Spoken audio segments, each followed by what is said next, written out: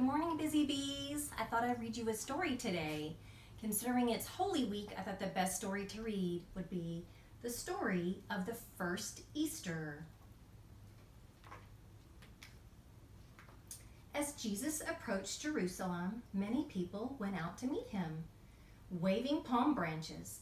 The people knew who he was, and they were very excited to see him. "Hosanna to the Son of David," they shouted. "Blessed is he who comes in the name of the Lord."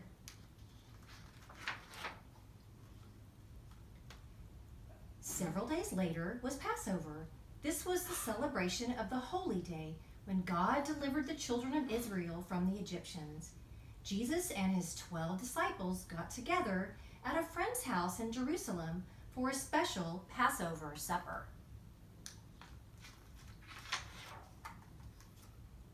As they were eating, Jesus took some bread and he blessed it and broke it. He passed it out to his disciples and said, "Take this and eat it. This is my body." Then he took his cup, gave thanks, and said, "All of you drink from it. This is my blood of the covenant, poured out for the forgiveness of sins."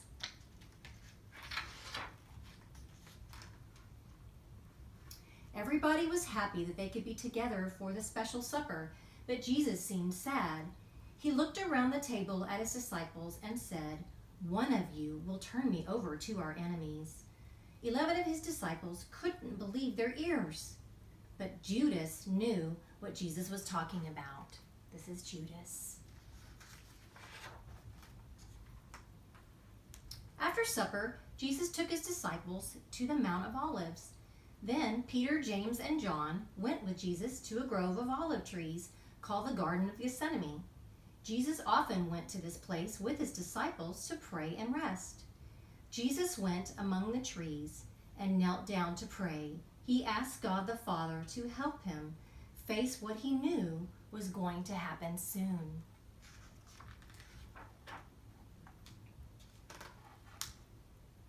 When Jesus came back to the 3 disciples, he found them sleeping and asked them to pray with him. But they fell asleep again. He went and prayed 2 more times. When the disciples woke, they heard the noise of the crowd and saw the flashing of the torches.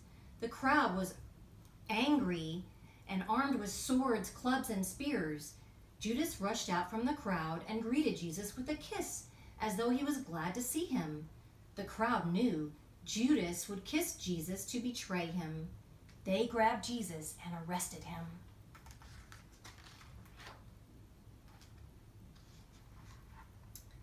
One of the disciples near Jesus drew his sword and cut off the ear of the slave of the high priest. But Jesus said, "No more of this," and healed the slave's ear. When Jesus' disciples saw that he would not allow them to fight, they ran away.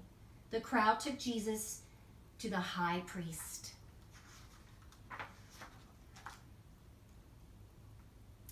After a trial, the crowd took Jesus to the Roman governor Pontius Pilate, who ruled over Judea.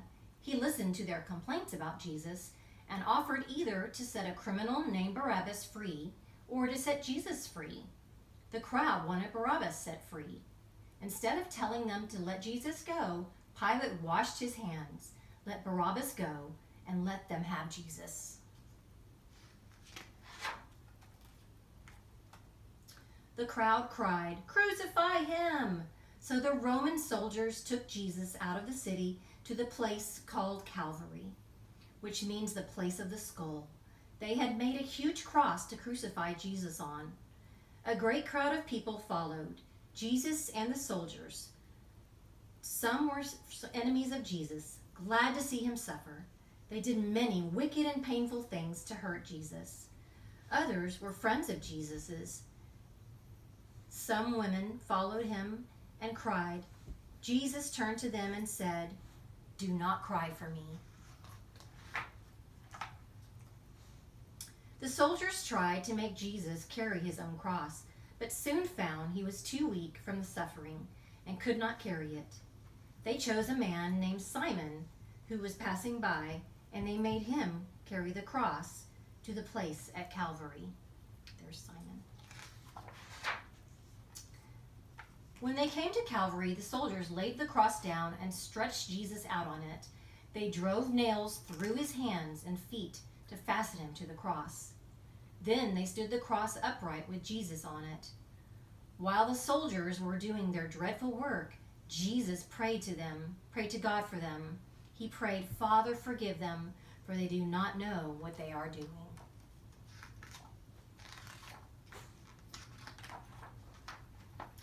Two men who had been robbers and had been sentenced to death were led out to be crucified at the same time with Jesus. One was placed on a cross at his right side and the other at his left. Pilate ordered a sign hung over Jesus' head, which read, "This is Jesus of Nazareth, the King of the Jews." The people in the crowd looked at Jesus on the cross and mocked him. The priests and scribes said, "He saved others, but he cannot save himself. If you can come down from the cross, we will believe in you." Even one of the robbers mocked Jesus, but the second robber scolded him. "Don't you fear God to talk like that? To die, but we deserve to die, but this man has done nothing wrong." Then this man said to Jesus, "Lord, remember me when you come into your kingdom." Jesus answered him, "Today you will be with me in heaven." So he forgave the man. Jesus saw his mother Mary and his friend Mary Magdalene standing near the cross. They were filled with sorrow for him. Also standing nearby was his disciple John. Jesus asked John to take care of his mother.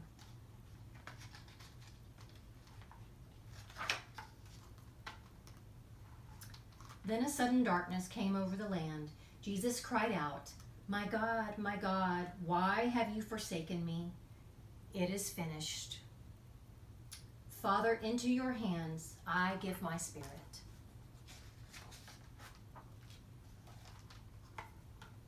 At that moment, there was a loud clap of thunder, and the earth shook like an earthquake. The Roman officer who had charge of the soldiers around the cross saw what had taken place and how Jesus died. He was afraid and said, "Surely this was the Son of God." That evening, Joseph, a wealthy man who believed in Jesus, went to Pontius Pilate. He asked Pilate for permission to bury the body of Jesus.